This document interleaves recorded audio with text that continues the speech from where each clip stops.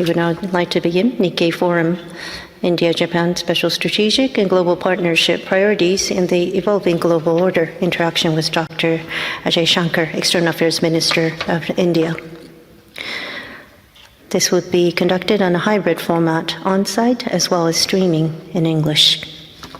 Today's moderator is from Nikkei, Editor-in-Chief Toru Takahashi. Mr. Takahashi, the floor is yours.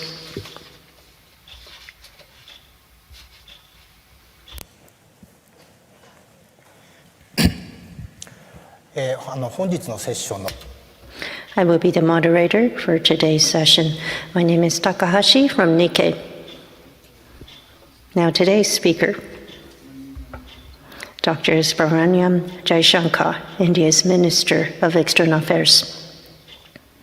Dr. Jaishankar was born in New Delhi in 1955. He's a graduate of the prestigious Jawaharlal Nehru University, where he earned a PhD in international relations. He joined the Indian Foreign Service in 1977, and he has worked in embassies in Moscow and Tokyo. Also, he has served as India's ambassador to China and the United States, to name a few. The doctor was appointed as Foreign Secretary in 2015 and served till 2018, after which worked for a short while at the Tata Group, India's largest conglomerate, and he was appointed Minister of External Affairs by Prime Minister Modi in 2019. He's the author of 2 books, The India Way, Strategies for an Uncertain World, and Why Bharat Matters, which was released earlier this year. Last year, India overtook China as the most populous nation in the world. Also in 2023, India assumed presidency of the G20. As a voice representing the global south, India's growing presence in the global arena is clear for all to see.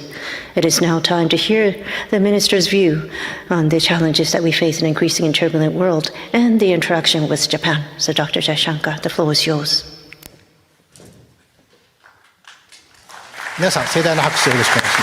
Please welcome the minister with a big round of applause.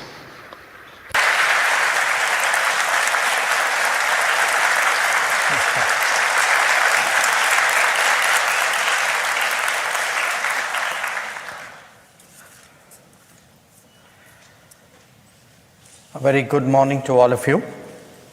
Let me say that I'm delighted to join you all at the Nikkei Forum to discuss the India-Japan partnership in the context of the evolving global order.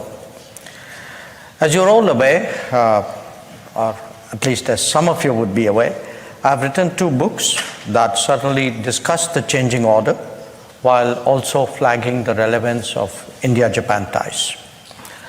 That, of course, underlines my deep conviction on this subject.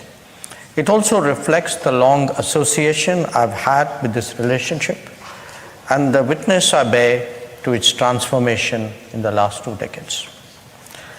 In my first book, The India Way, I spoke of the future posture of Japan as a big imponderable because it will bring back into the global security calculus a major economy with enormous technological capabilities. In the 4 years that have passed since that first book was published, I'm even more convinced of this belief. We are transitioning into a world of AI and chips, of electric mobility and batteries, of clean and green tech, of space and drones, and indeed much else that awaits us.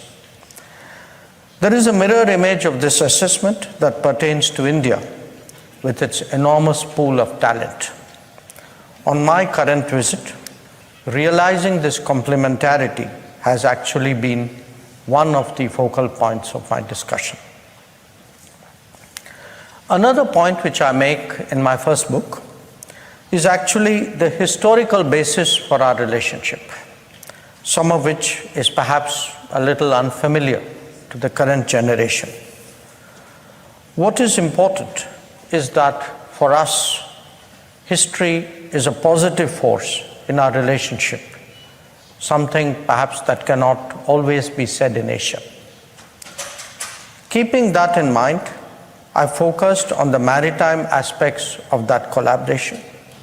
A reason for doing so was that in 2019-2020, the debate about that's when my first book came out, the debate about the Indo-Pacific was still very hot, just as the jury was out on the Quad.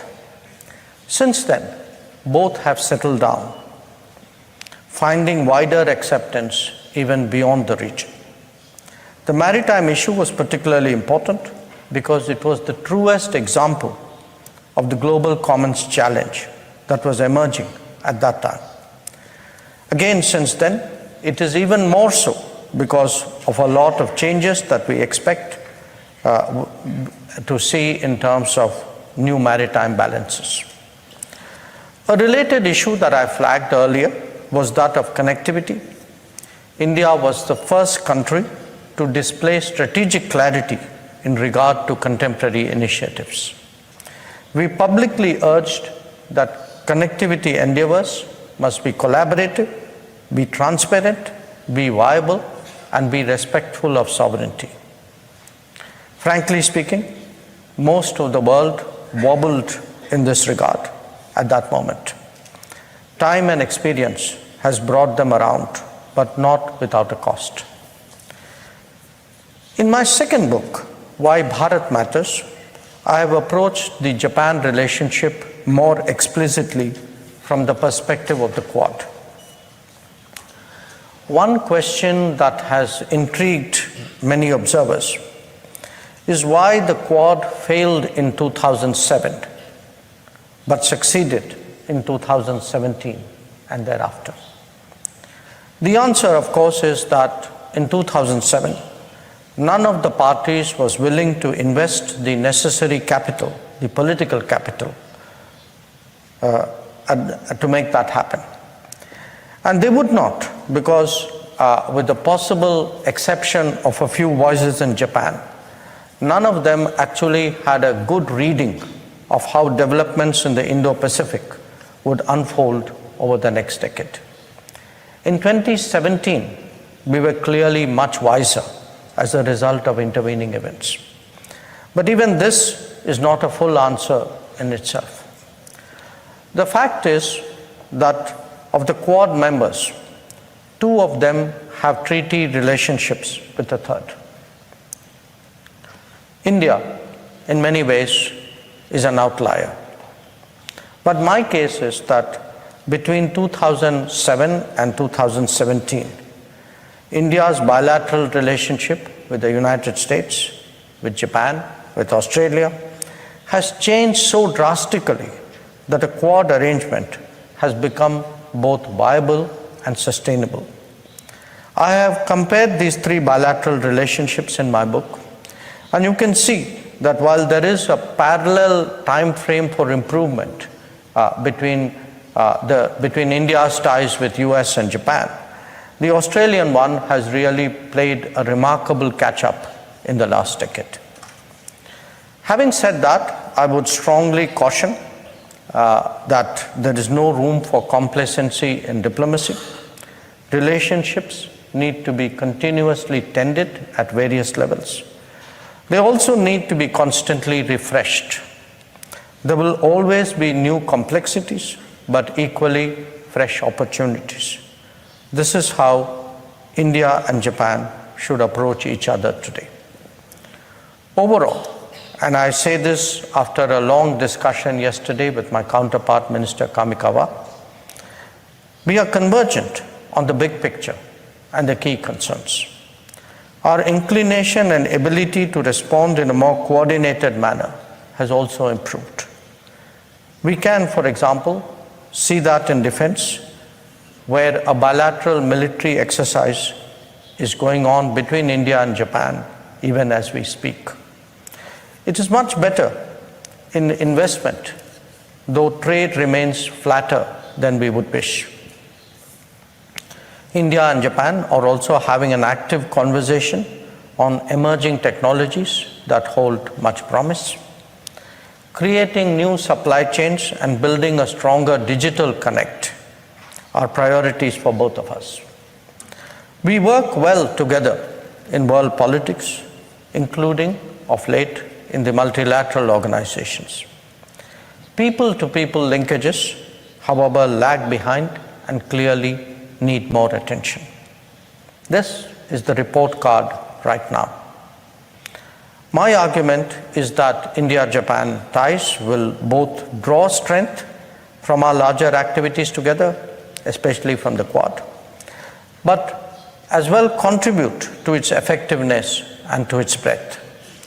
The bottom line is that the world is changing, the Indo-Pacific is changing, India and Japan are changing, but that in our relationship, many solutions for us nationally as well as for the region and for the world lie there.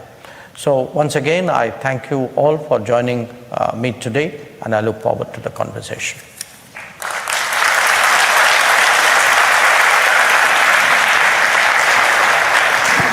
はい、ジャイシャンカー学長、どうもありがとうございます。Your Excellency, thank you so much in terms of relationship between Japan and India and the surrounding circumstances. You have provided us a very insightful, provoking speech. So I'd like to now move on to the talking session.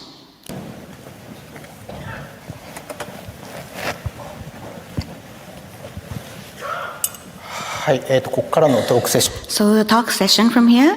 So I would like to ask question, if I may, to His Excellency. And then if time allows, I would like to welcome questions from the floor as well. So thank you very much. So, Minister, Doctor, the speech that you have provided to us, you talked about the fact that no room for complacency in diplomacy. We always need to make improvement. That really stuck into my mind. And relative to that, in terms of the strategic autonomy, under the Indian diplomacy policy, I would like to, of course, ask that, of course, you centered the value of the nation, and then you are flexible, placing importance in national interests. But the presence of India is becoming more important in this region. And in the international benefit, you may be asked to act on the interest of the international community rather than your own interest. What do you think about this balance? You know, I think in diplomacy, it is possible to act in your own interest, in good diplomacy, act in your own interest, but also in the interest of the international community. I don't think there are two choices that you have to make, if you know how to reconcile those choices. You spoke about strategic autonomy.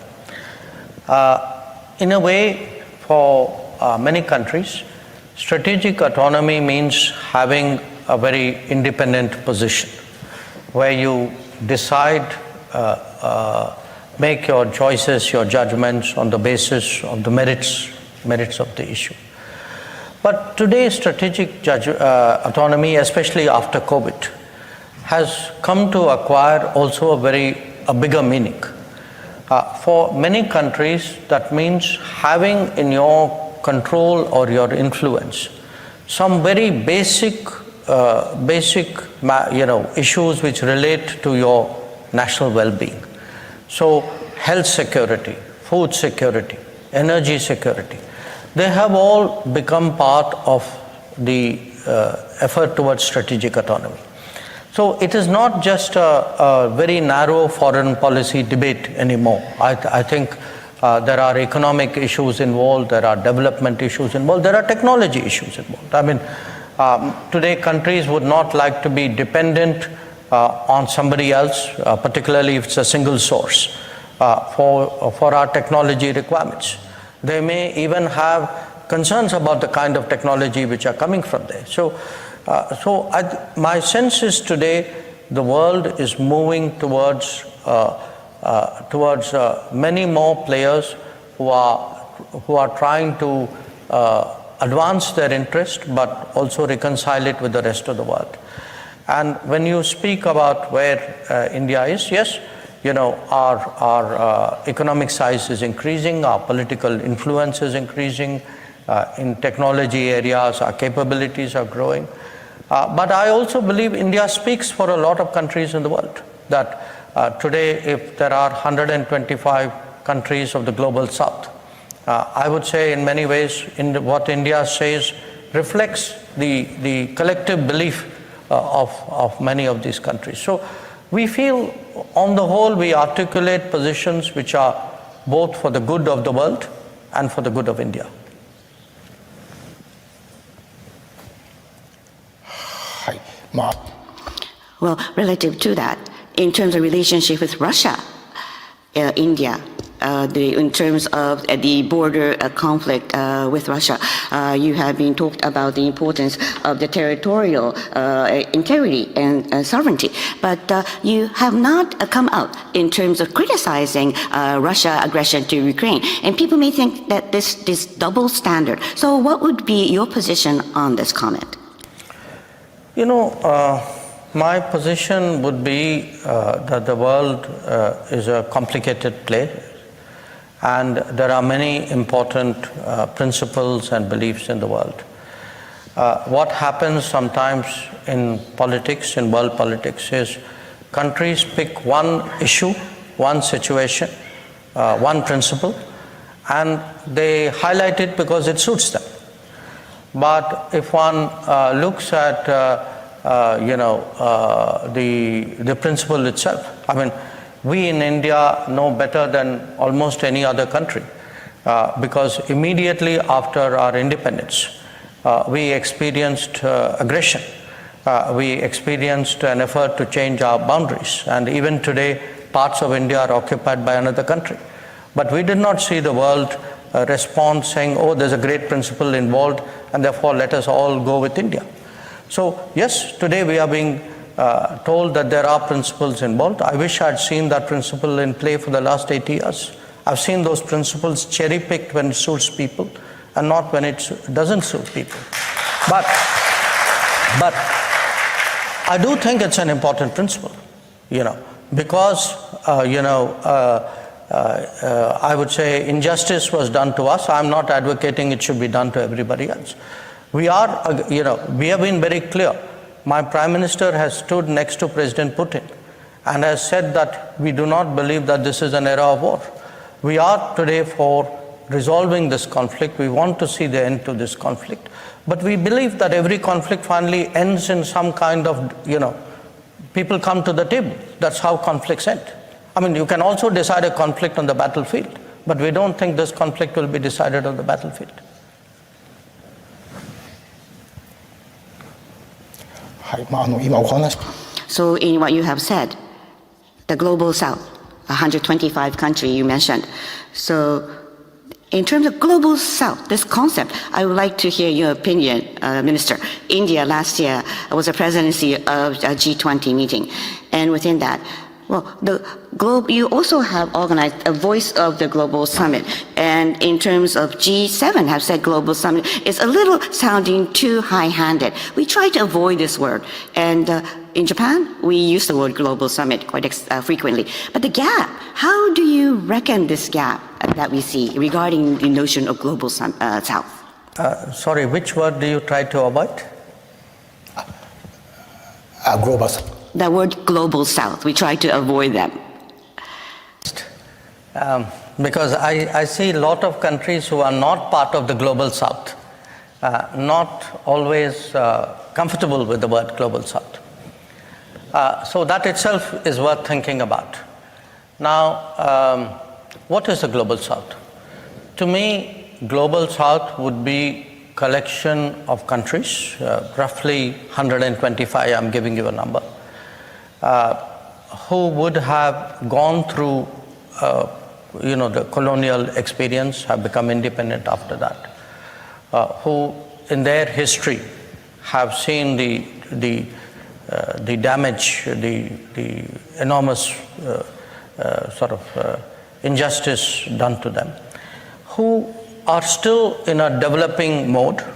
So there is a broad, I would say, income category. These would really be relatively low income countries, and who have a certain sense of solidarity which comes both from shared history, shared politics, as well as from shared economic development issues. So on a lot of issues, these countries actually feel for each other. They come for each other. If you are in a situation, you're all in the room. The countries of the global south will know. I mean, if there are 200 countries in the room, we would know, okay, which one of us has been through this, and we have that bonding which comes from it. That feeling has been intensified by COVID because by and large, many countries of the global south, they felt that they were the last in the line to get the vaccine, that many of their concerns about debt, concerns about trade, concerns about inflation, these were not recognized by the major powers in the world. Even they felt even up to the time when India became G20 president, that their concerns were not even on the agenda of the G20. They have a strong feeling about this. So we did last year 2 meetings of the Voice of the Global South because we wanted to listen to these 125 countries and then put before the G20 a set of issues which we said are the collective views of these 125 countries. Therefore, I can tell you, as a foreign minister who travels a lot within Asia, to Africa, to Asia, in those continents, Global South is very popular. In those continents, they know exactly what is happening, who is speaking up for them, how their issues are getting on the table. They don't think it is a coincidence that it was under the Indian presidency that African Union, which had long been promised a seat in the G20, finally got a seat. So the Global South believes us.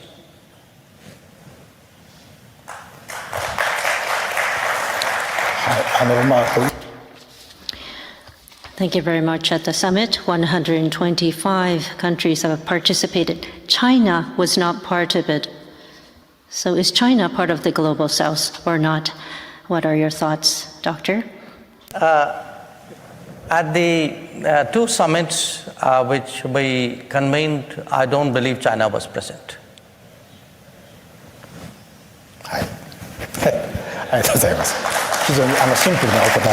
Very simple answer. Excellent, Doctor. And I do have another question. IEA, about the negotiation to join IEA, the International Energy Agency. So IEA has announced that they would officially engage in the negotiation with India. So last year in October, you have applied for the membership into IEA. What is the reason behind that? Also, the second point, in principle, participation in the IEA is conditional on membership in the OECD, Organization for Economic Cooperation and Development. Is India also interested in joining the OECD? On the International Energy Agency, I think the reason why we applied to join was that today India is becoming a very important energy player. One, in the sense of our consumption. So as you know, we are today the 5th largest economy, and that is reflected in the consumption. 2, because we import the overwhelming proportion of our energy. So in the energy trade also we have a very big role. 3, there are best practices in this field. We have also started to acquire energy assets outside, production assets outside India. That is happening more and more. It has happened in Asia. It is now happening in Africa and Latin America. And we are also building up strategic reserves, like Japan did many, many years ago.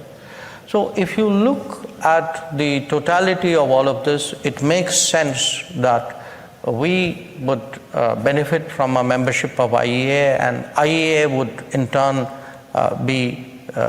would find India joining it to be of advantage. Obviously, there are some things which are very specific to India. So the IEA membership knows that, so that is under discussion. But we are quite confident that they will take a positive look. On the issue of OECD, quite honestly, I don't at this point, at this time, there's really no answer I can give you. But I do note that Indonesia, I believe, has applied for membership. So I do note that, but I really cannot, speak of any position or even thinking that India has on this matter, because it has not matured to that point. はい、はい、ありがとうございます。 Thank you very much for that. Now I'd like to ask the floor to pose any questions. So those who have any questions, please raise your hand. Please, this person in the middle, please. あ、今マイクが参りますので。 We will bring the microphone to you. Please hold. My name is Sonobe. I'm the dean of the ADB's think tank called ADBI. Your Excellency, thank you very much for the very insightful remarks. But your talk mostly about the bilateral relationship. But how about the multilateral relationships? For example, both India and Japan could have played more important roles in the United Nations if they were given the kind of seats or positions that they deserve. Could you please share your thoughts about this and other aspects of any aspect of multilateralism? Thank you very much. Thank you. I mentioned it in passing because it was also something yesterday I discussed in some detail with Minister Kamikawa. Most of us actually understand that there is a great need to reform the United Nations. It's a common sense, I would say, conclusion, because when the United Nations was founded, there were roughly about 50 countries who were members. Today, there are almost 200 countries who are members. So in any organization, if the membership has grown 4 times, the leadership and the decision making of that organization cannot remain the same. And we are seeing today the problem when there is inadequate change. Because if you look today at many of the key issues in the world, the UN is not playing the role which the UN should be playing. Now, it's not like there has never been change. There has been change. The Security Council has been expanded once to bring in more non-permanent members. We know change will come. We know there will be a change in the Security Council. The real issue is, when does it come? How long does it take? And what form will it take? Now, again, even if you look at what form will it take, I think some parts of it are quite obvious. There is not a single African member. There is not a single Latin American member. I mean, Africa is a continent of more than 50 nations, but there's no member. So, and in the case of Asia, yes, there is one member, but if you look today at the dynamism of Asia, the demographics of Asia, the size of nations, I think there's a very, very strong case as well. These discussions are going on. We felt that, in many ways, the discussions have not progressed because those who are opposed to any change have found ways of delaying it. But we have now reached a stage where actually different countries and groups are presenting there is a process called the Intergovernmental Negotiation, IGN process. The process is currently chaired by Kuwait and Austria.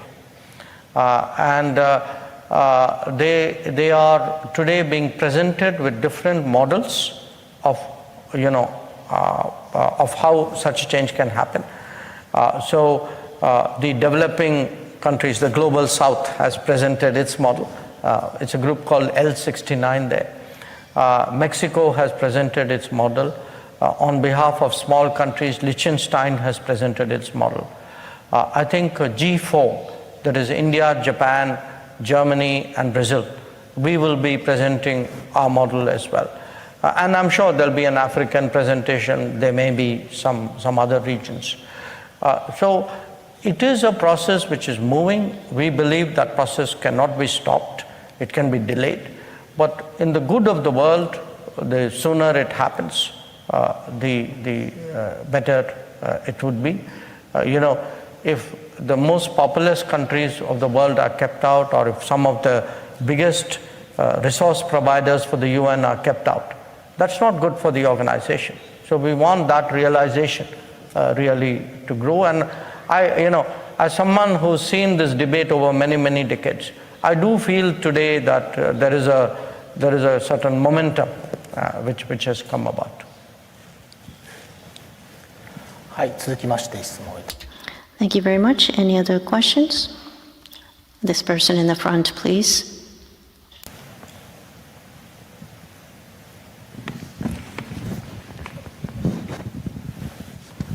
その前の方、いいです。はい、どうぞ。 Yeah, thank you, sir. So my question is from the viewpoint of the Quad framework, and I would like to know that is there any nuclear strategic planning is planned under the Quad framework to address the Sorry, is there any? nuclear strategic planning for the power generation under the Quad framework to address the climate change through the energy or clean energy options? Thank you. The Quad does discuss climate change. The Quad has discussed energy and technology issues. But we have not had an explicit coordinated discussion on nuclear energy per se. If you look at the Quad countries, three of us, Japan, US, India, we have very substantial nuclear programs. Australia less so because of the situation. But they are very big uranium providers. So we have a common interest in it. In the case of Quad, what I have seen since 2017, we are actually moving very, very rapidly. Almost at every Quad meeting, every time the foreign ministers meet, every time the leaders meet, more and more issues are getting added on. Maybe next time we talk, I might have a different answer than I have right now. はい、ありがとうございます。 Thank you very much, Doctor. Your excellent speech. My name is Manish Gupta. I work for Mitsubishi Mahindra Agri Machinery in Japan. I've come here with my wife Shalini. We would like to hear from you why Bharat matters. You can hear from me, but it would be better if you actually got the book and read it. And the reason is, I have a whole lot of reasons why Bharat matters. But if I fast forward you through the book, I would say why Bharat matters today is, in many ways, we've had a remarkable change in India in the last 10 years. It's a change that anybody who goes to India can see. The infrastructure is changing, the education levels is changing, the economic progress is more visible. There is a certain buzz about innovation, about startups. So actually today it's a very, very optimistic, energetic society, but one which is very confident about its own abilities. So the sense of both, of what we can do has grown. But it's not only the present and the future, it's also about who we are, because it's very important for all societies to appreciate their own culture, their own tradition, their own heritage. Perhaps in the past, for a variety of reasons, this may not have been as strongly done as it should have been done. So my argument for why Bharat matters is Bharat matters because there is a sharper awareness of our own identity, of our own past, of our civilizational heritage which we can bring to the international level. Bharat matters because along with tradition, there is also a big technology contribution today that India can make, so it's both tradition and technology. And Bharat matters because if I were to go to your first question, there is, at a time when many countries are moving away from the world, they are saying, I don't want to get involved, I don't want to, why should I do that? Actually, India is doing more. That if you look at our development projects, if you look at our first responder operations, if you look even at the fact that we provided vaccines to 100 countries in the world, and we gave vaccines when we were still vaccinating our own people. We had not finished that. So there is today a mindset in India to grow more, to do more, but also do more with the world. That is essentially why I think Bharat matters.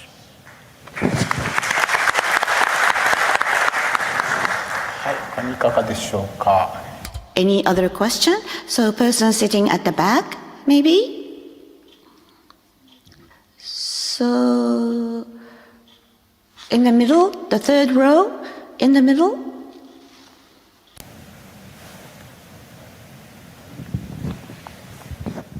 Thank you, sir, for the wonderful remarks.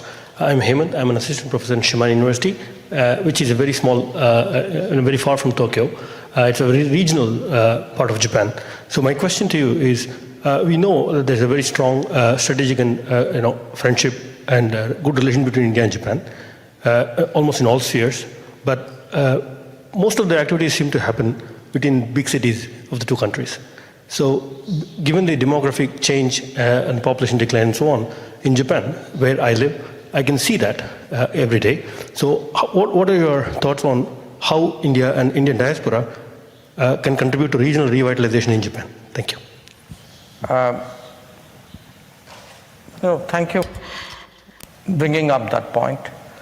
I feel that today our political relationship between India and Japan is very strong. I also feel that in a domain like defense and security, it has developed very well. But if there are two domains which hasn't moved at the same level as the political relationship, one is the economic domain. We are not seeing, our politics is much better, frankly, than our business. Business is not bad, but business should be growing very much faster than what it has done today.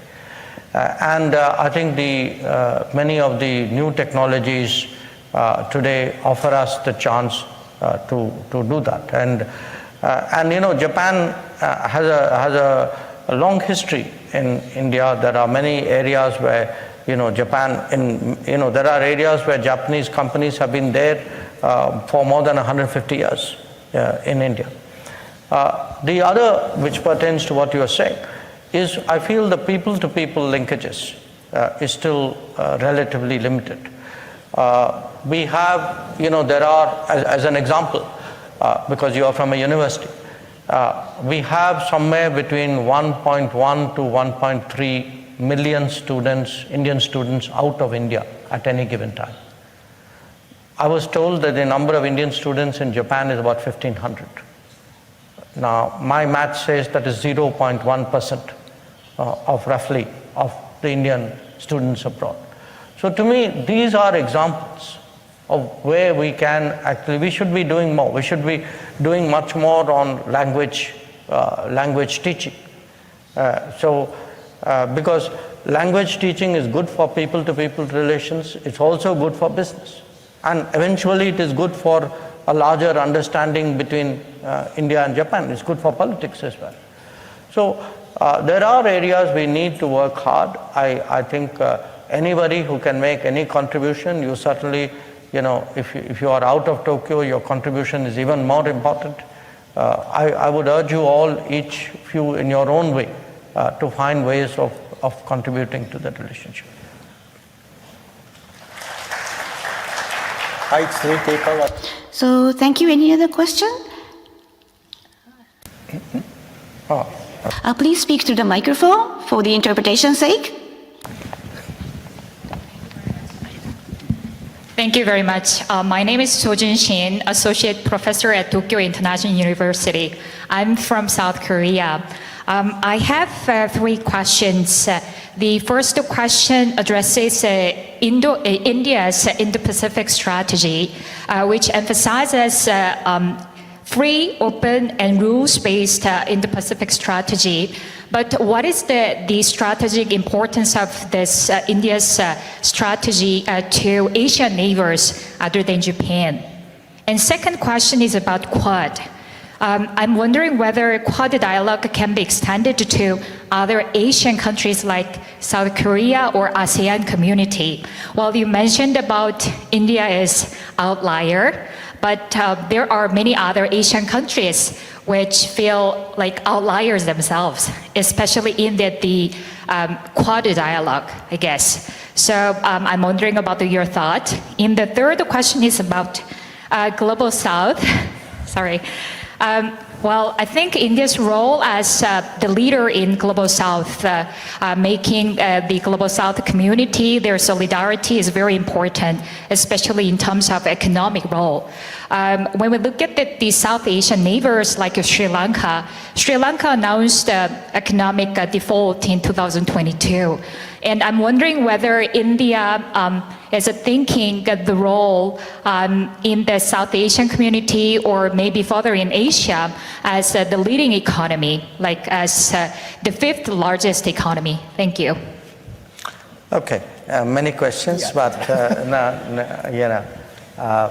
your first question, does India value its ties, its relationship with other Asian countries?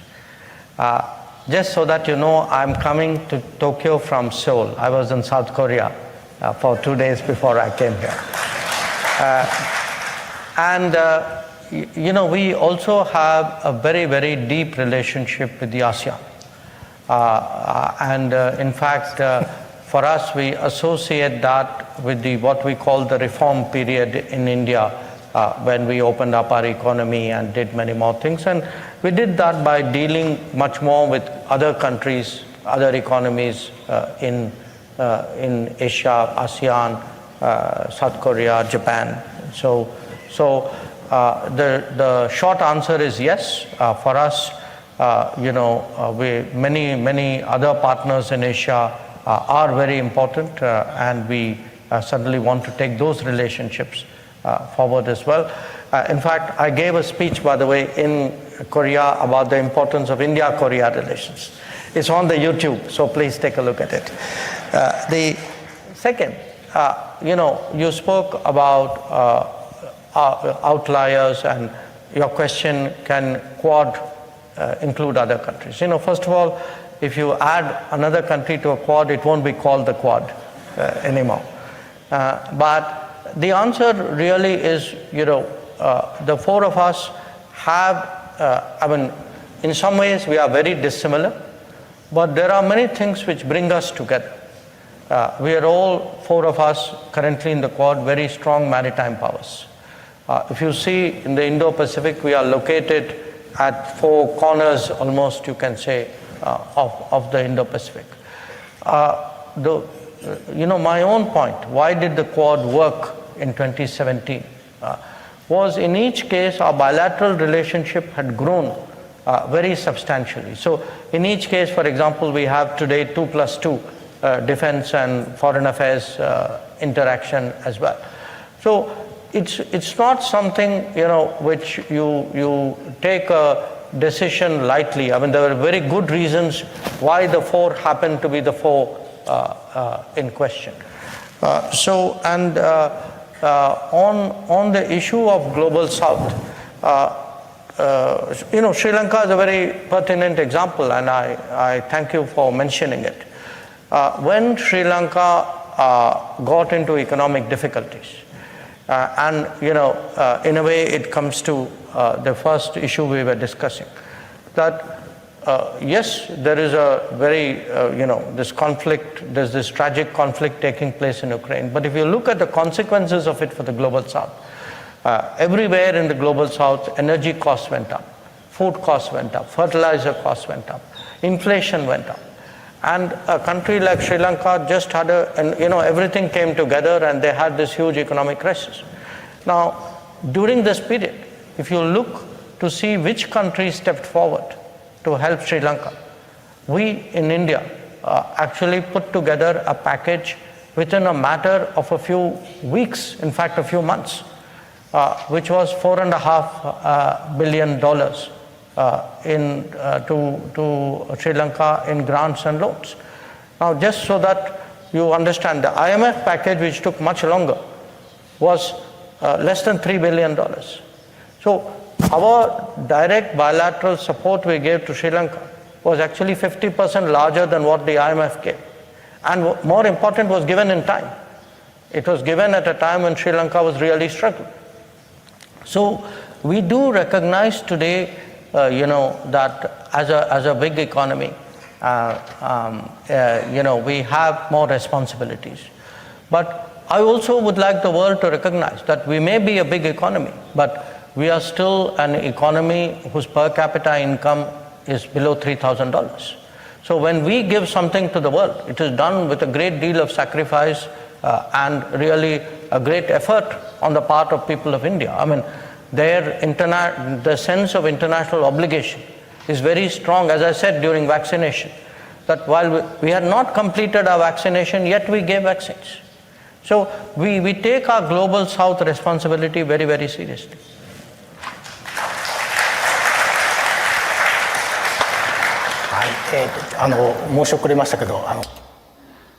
And apologies, if you can just keep your question to one per person. So this person at the far back, please.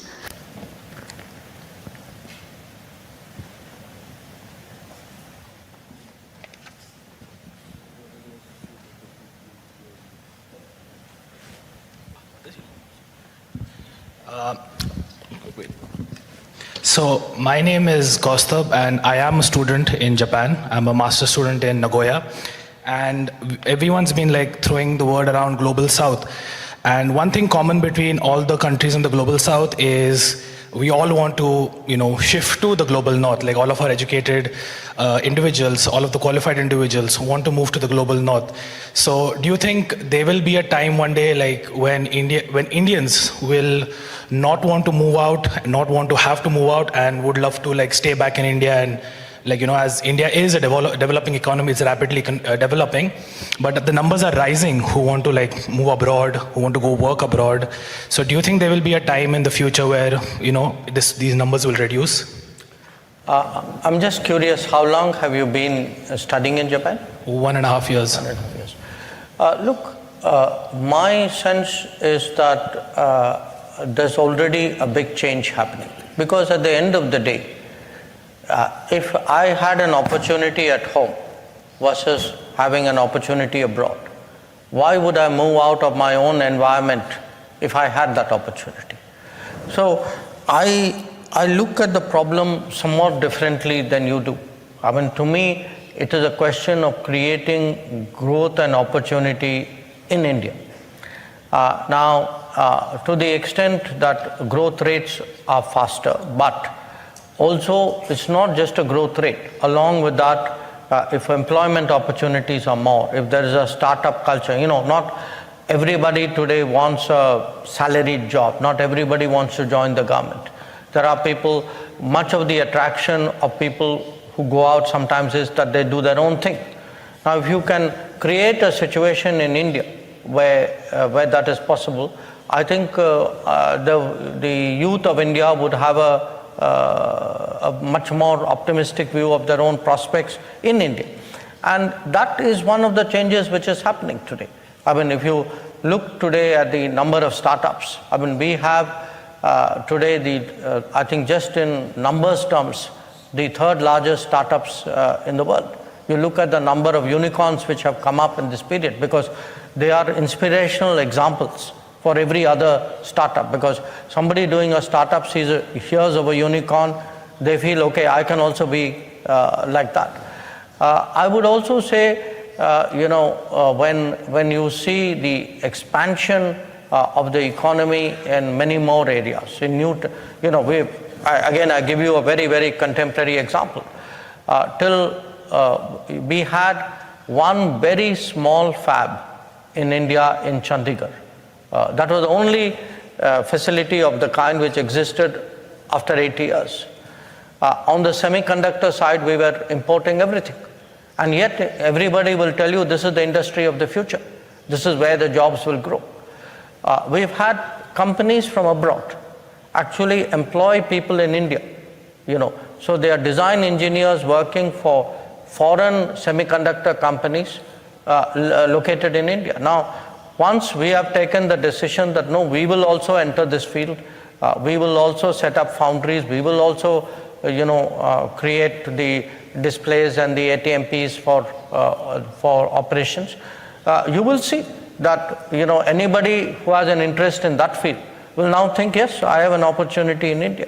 So a big part of the challenge which you have flagged is about doing well in India, and to do that, frankly, we need today a leadership which has that kind of vision, which has that ability to do it on the ground. Because sometimes people talk, but to promise something and in 2 or 3 or 5 years to actually see the factory out there. Last year, Prime Minister went to the US. One of the agreements which we sort of concluded was with this company called Micron. Now, already the Micron, we are now talking 6 months, 7 months.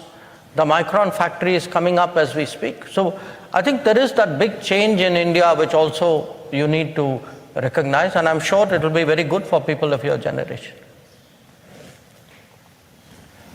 はい、続いていかがでしょうか。 So any other question? So on the left-hand side, the 4th row from the front. はい。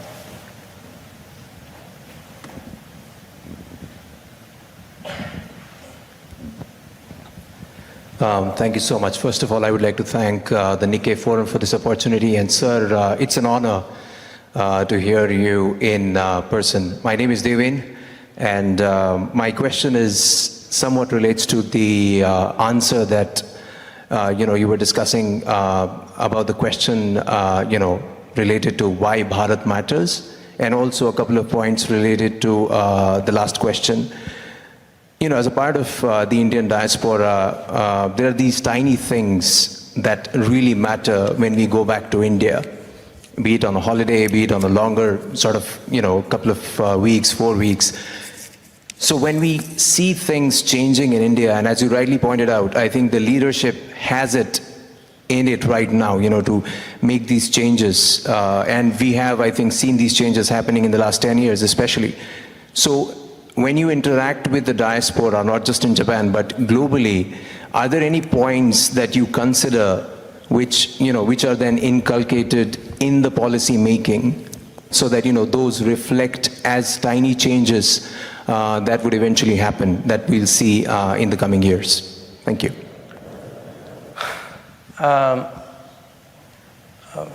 In a way, I don't know if I'm answering quite what you are asking. There are many things happening around the world, which for us it is important to understand, appreciate, and see if they can feed back into what's happening in India. This is not unusual. In fact, if you look at Japan's own history, in the 19th century and a large part of the 20th century, actually, Japan was very, very enthusiastic about identifying best practices in the world and applying them to Japan, and obviously, in many cases, modifying them for Japanese conditions. I do believe today that kind of mindset is there when it comes to policy making and governance in India. I mean, I have myself seen the impact which different achievements in other countries have, the influence that they've had on sort of decisions. This could be on cleaning up rivers. It could be about best practices in railways. It could be tech stuff. In my view, often these little things can accumulate it. I mean, a big problem, for example, we used to have in infrastructure building was the time taken for surveys. Today, if you look at this program initiative we call Gati Shakti, so much of it is done between drones and satellites. It has dramatically crunched the time. So this willingness to learn from others in the world, I think is a very important part of changing things in India. And I mean, to those Indians who are living and working abroad, I think you particularly can make a contribution.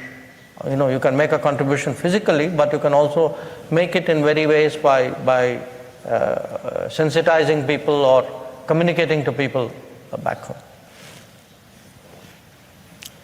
はい、ありがとうございます。インドの方からいっぱい質問いただいてるんで。So we have many questions from the Indian national, and we would definitely like to hear from the Japanese national as well. じゃあこちらの前の方お願いします。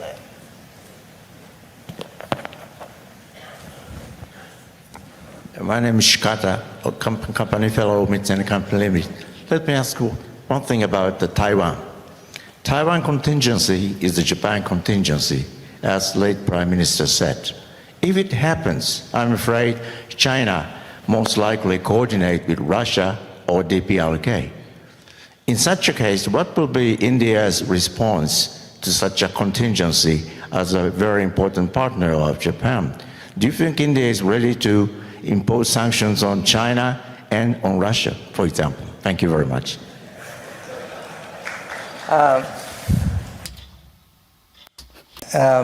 Let me make 2-3 observations here. By and large, it has not been India's foreign policy method really to do this sanctions issue. The sanctions is something which is very much rooted in a Western way, or I would say a G7 way of working, because they control the means to apply the sanctions. In fact, I'm trying to think the only time when we have very strongly advocated sanctions ourselves was against South Africa during the apartheid period, when actually at that time most of the developed countries did not want to do sanctions. If you look at even current sanctions, sanctions, it's a big debate, frankly, in our business. Do sanctions really work or they don't work? What is the cost? What is the cost to people who apply sanctions? So I just want to make that one point. It's nothing to do with Taiwan or China or Russia. As sanctions, not every country in the world thinks that this is the immediate, right, effective way of conveying what you want to convey. Regarding any contingency which happens today, the state of the world is very disturbed. The state of the world is very disturbed. We are seeing conflicts. As I said, we saw COVID. There are very big economic issues which are below the surface. And if one travels, especially, again, I'm coming back to Global South, when you physically go there and see what a toll it has taken the last few years on them, how much today the spending on education, on health, on public, all of this has come down. So the last thing that the world needs to see is any kind of disturbance. At this moment, how to strengthen the stability and the growth and the development of the world should actually be a common objective. Beyond that, I think as a foreign minister, I should not say anything to you. そろそろ予定していた時間なんです。So now it is coming to a time to close, but we'd like to also have one last question from a Japanese person, maybe, sitting on the side. こんにちは。Hello. Professor from Kendai University. My question is about the coming general election. The result of the election will affect the Indian diplomacy, as it is likely you will have the long-term government, maybe 15 years long-term government can pursue the stable negotiation with other countries. So could you answer this question? Sorry, I didn't fully understand that. Your point was that we have a stable government? So you will have the, maybe you will have the 15 years stable government. 100%. We'll have 15 years. We may have even longer. Okay, hi. But it could be the 20 years. Maybe. Okay. So could you answer the question, please? It's again, I want to first begin by saying every country, every society is different. So what can apply to India need not always be the same for other countries. But our own experience was that the lack of stability in politics, which really meant to have majorities in parliament, to take decisions, to take bold steps. It makes a very, very big difference. When I look, I've been in government, frankly, a very long time. I've seen many, many governments. I've seen majority governments. I've seen minority governments. I've seen coalition governments. I've seen single party governments. You can see today that if you have actually a reformist, a leadership with a vision, with a commitment, with a sense of wanting to do things, but that leadership is backed by a very strong political mandate. And a strong political mandate, ideally in democracies, means having a majority in parliament. That is really what is the combination you need, because you can have a majority but you don't have a vision, or you have a vision but you don't have the political support. So you need both. Now what has happened in our case is certainly for the last 10 years we've had both, and we hope to continue that.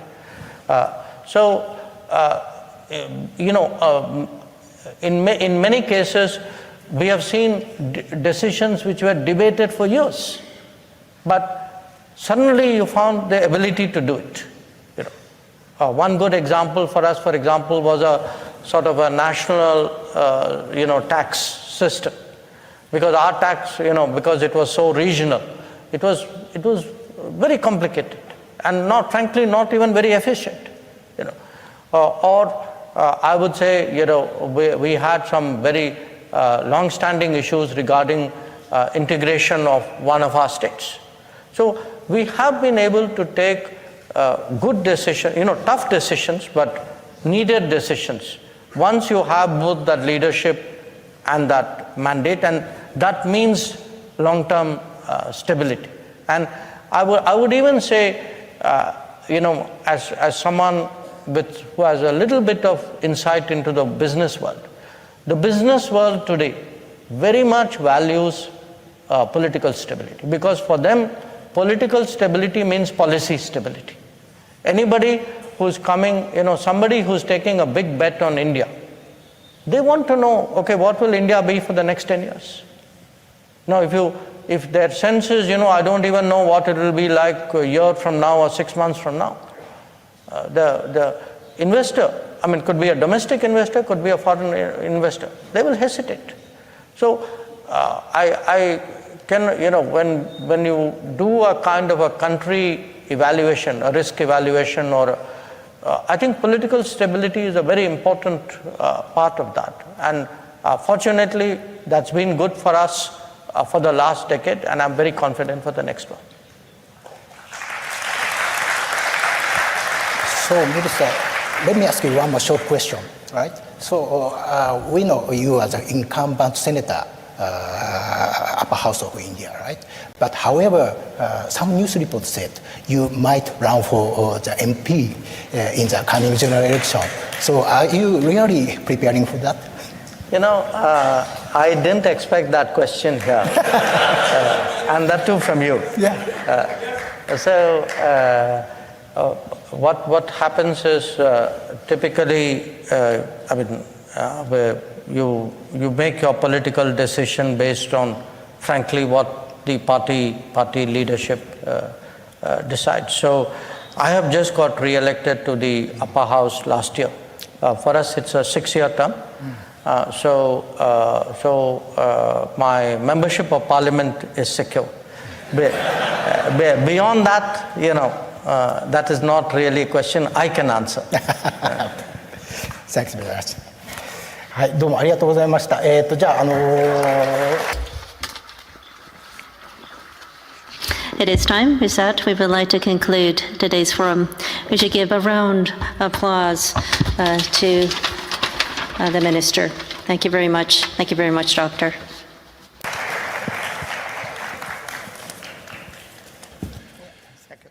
Jaishankar 外務大臣、ありがとう。